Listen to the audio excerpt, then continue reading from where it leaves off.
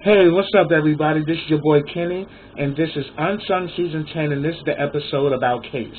Now, I'm going to say I'm a huge fan of Case. I love Touch Me, Tease Me, because I remember when it was on the Nutty Professor soundtrack, and I played that song out. You know, seeing him with Foxy and Mary J. Blige, I mean, you couldn't ask for a better combination. I mean, he was a new artist at that time, but he was with some of the top women in R&B and hip-hop. You know, you had Mary J. representing R&B, and you had Foxy Brown representing hip hop. So therefore, it was like he was the man in the middle between the two. That was sweet, a great menage a trois, badass. But definitely, I definitely like that setup, and definitely this episode went into a lot as far as his, coming from Brooklyn and getting his start into the industry. His father was actually part of Cameo, so he actually learned a lot from his dad and actually learned a lot about music and performing. His father even said that one time they were performing and and the audience went crazy, but then when you look behind him, it was him back there doing the steps and keeping in sync with them. And I was like, wow, that's awesome. Like, at an early age, he knew what he wanted to do. And he definitely had that calling.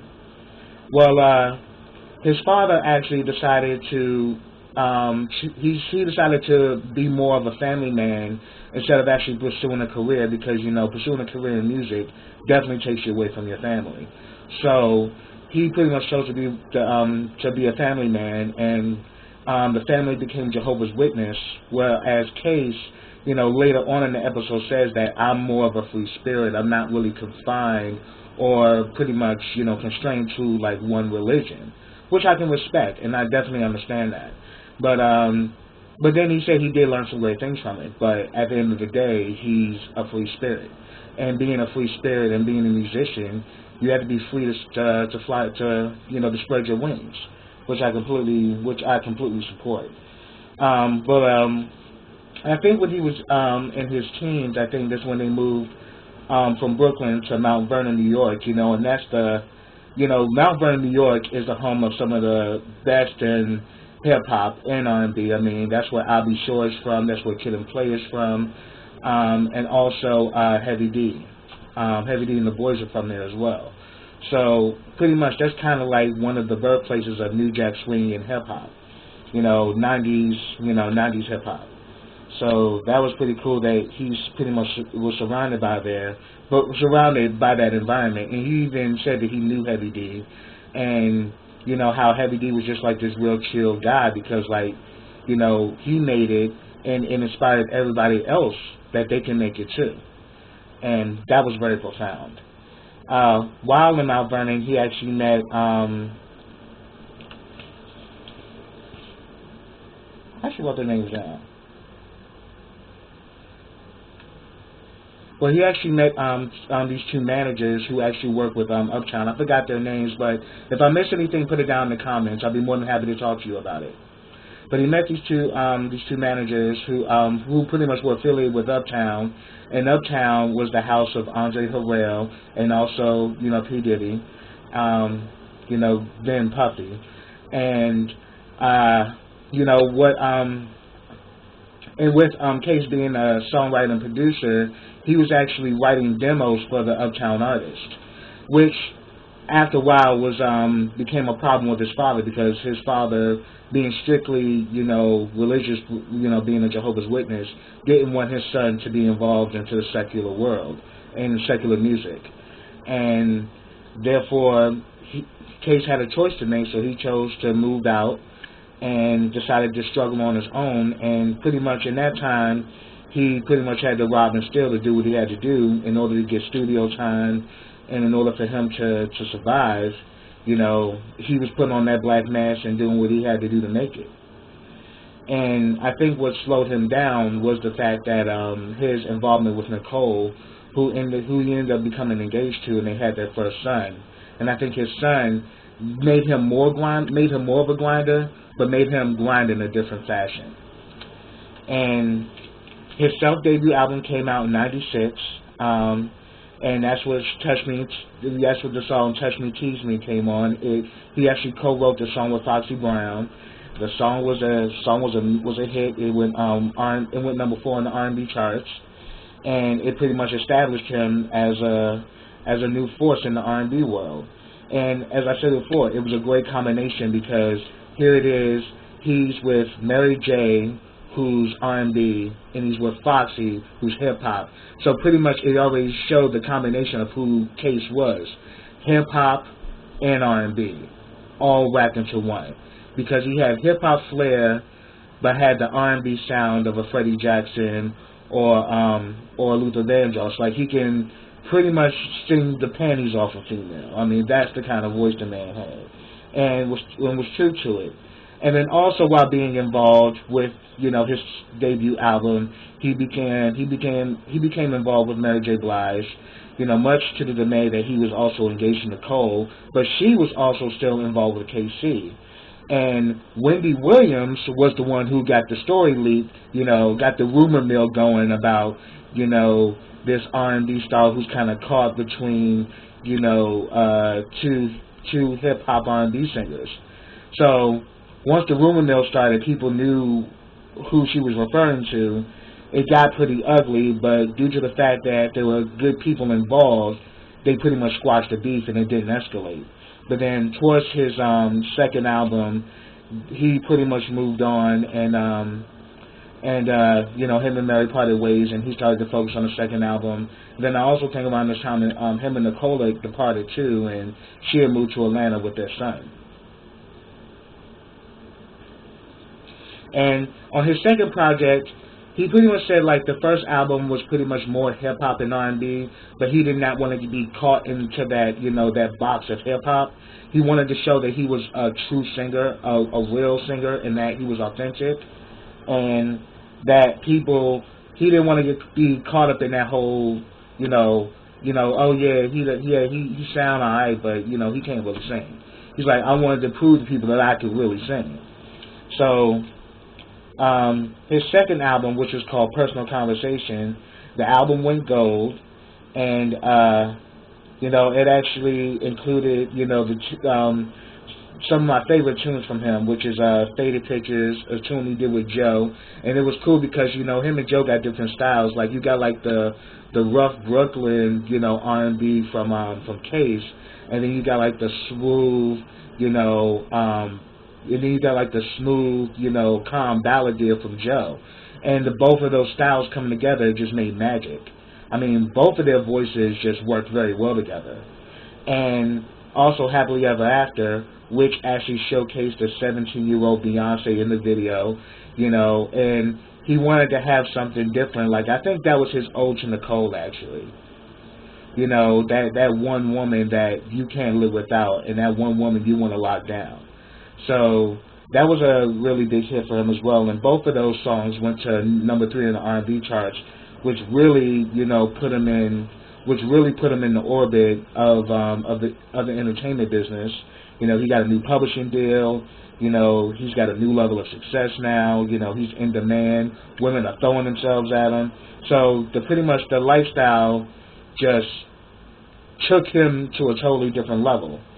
And another song that he ended up doing, which is also another favorite of mine, is a song that was on the Best Man soundtrack, which is the Best Man I Can Be song, which he collaborated with Genuine, RL, and Tyrese.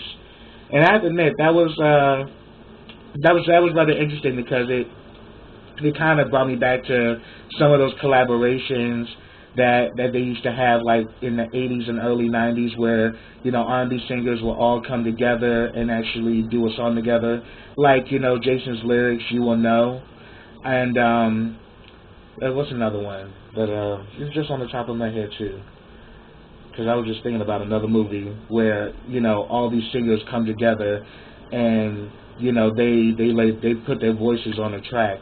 Another one is I'm Missing You from Set It Off, you know, like with Brandy, Tamia, you know, Brandy, Tamia, and, you know, Chaka Khan and Gladys Knight.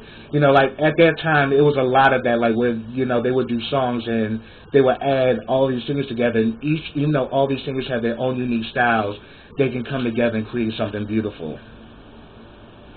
Oh, yeah, now I know the other one, Milestone from Soul Food. another combination. You had After Seven and Casey and JoJo.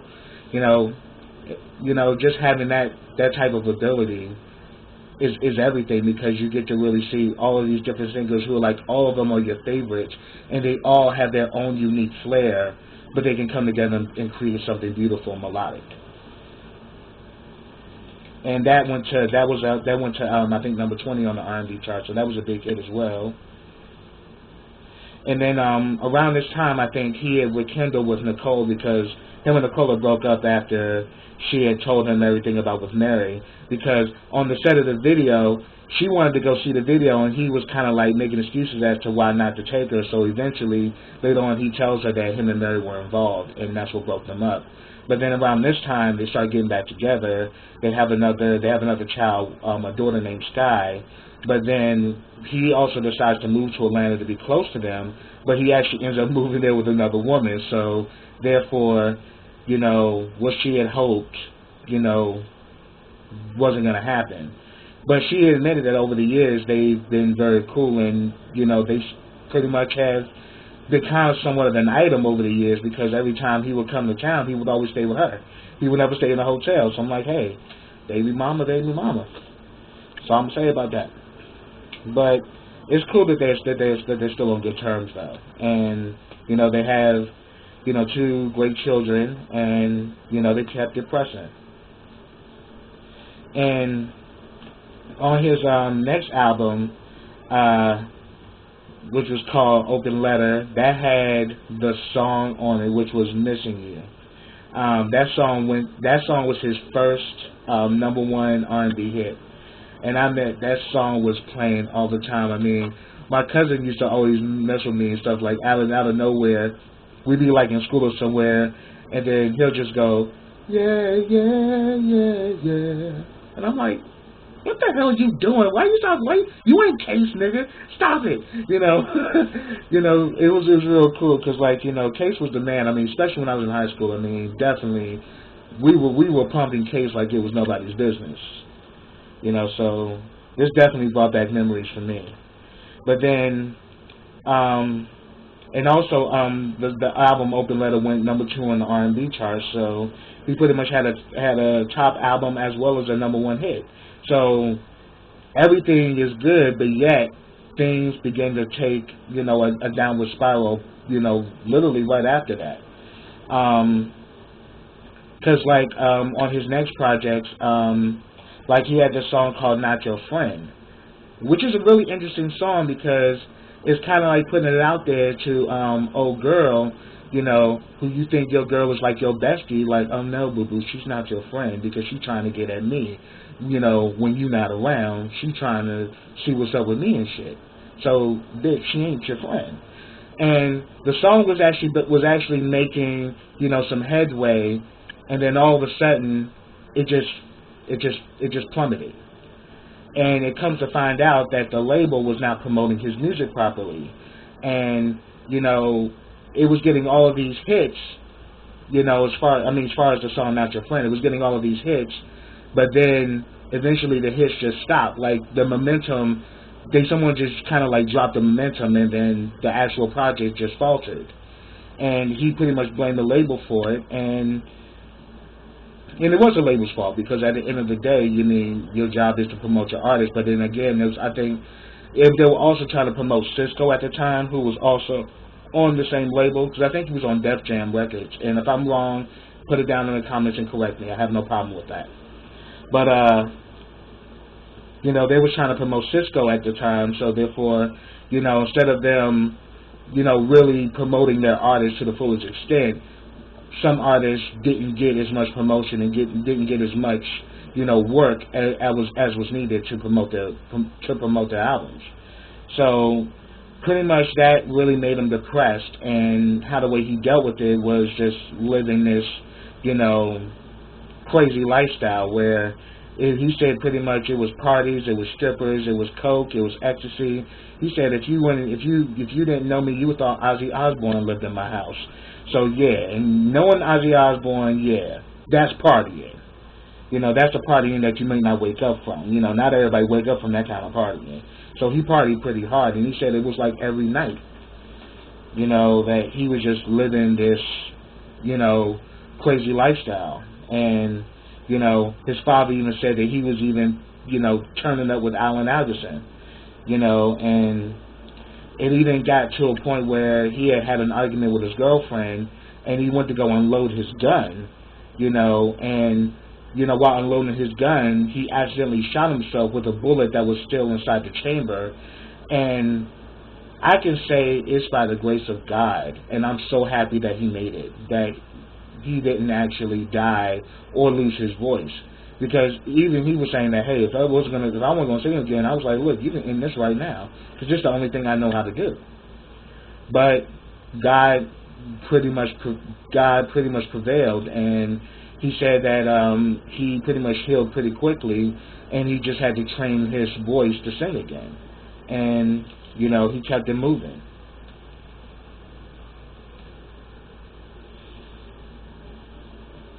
And then also what ended up happening too is that, as far as his label, is that the actual head started to change because, after a while, I think,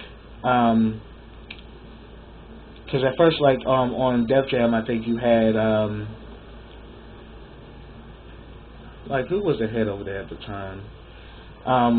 Well, I know that that the former head who was there before, I think it was Russell. I think it was like Russell Simmons, and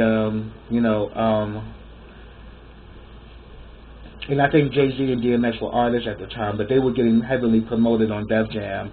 But his work was kind of dwindling, and then I think L.A. Reid came in as the new head of Def Jam, and his album, which was called the Rose Expectations, literally sat on the shelf for 2 years. So because he wasn't getting promoted properly, and he wasn't getting the type of recognition that he deserved from his own label, he decided to leave the label. But he said he wanted his album back. And at first they weren't trying to give it to him. He's like, well, look, y'all been sitting here for years not promoting shit. Why you want to keep it? You obviously don't care about it. You might as well just give it back to me. So pretty much, it was a long battle, but it really took a toll on him, and it pretty much made him a recluse where he became a hermit, didn't want to sing, didn't want no more parts of the music industry, didn't want nothing to do with anything. And it was actually Charlie Wilson who actually inspired him again to say, like, look, don't let them steal your joy. So that began the process of him gaining back his confidence to want to sing again and to want to, continue to be in the industry. So pretty much he released the album himself, and it went number 10 on the R&B charts, and it started to spark new interest in his music and new interest in him as a talent, which is amazing because I think that's just it. I think like him going to the independent route opened up a lot of new doors for him, and it actually freed him. And also they mentioned on the episode that he's now married to Tisha. They have a daughter, Ray, and I think Ray is his fourth child because I think he has a son and 3 daughters. If I'm wrong, correct me in the comments. But they actually showed all of his children, and his children are really beautiful, like really good kids. And you really see that, they really love and respect their father, and that he is a good dad, and that he pretty much, is a really good role model for them. So that's pretty awesome to see. And pretty much another good thing that they were saying about him is that they also mentioned that he's supposed to have an album coming out this year, as well as they also mentioned an album that he released called Heaven's Door. And then like towards the end of the episode, the one thing that they said about him, which I completely agree with when it comes to Case, is that the reason why he is timeless is because he is a balladeer of love music. Love music is always timeless because no matter how old or how far we may get down in history, people are gonna fall in love, fall in and out of love, and you're gonna need a song to help you to answer certain questions or to help you make certain decisions. So I can honestly say this was a great episode. Big ups to you, Case. Thank you for continuing to persevere. And I'm going to actually go out here and say this too, that I really do feel that after watching like the New Edition story, like there's going to be a real renaissance in black R&B music. And I, for one, want to be a part of that. You know, I want to partake in it because we need to bring back real, truthful music that expresses human feelings. You know, we got to get people feeling again. I mean, problem is, you know, a lot of people don't have that connection anymore because this music is not on the airwaves like it used to be. But that needs to change, and it needs to change drastically. And I think the way things are moving, that is going to change. You know, now R&B is going to be popular again.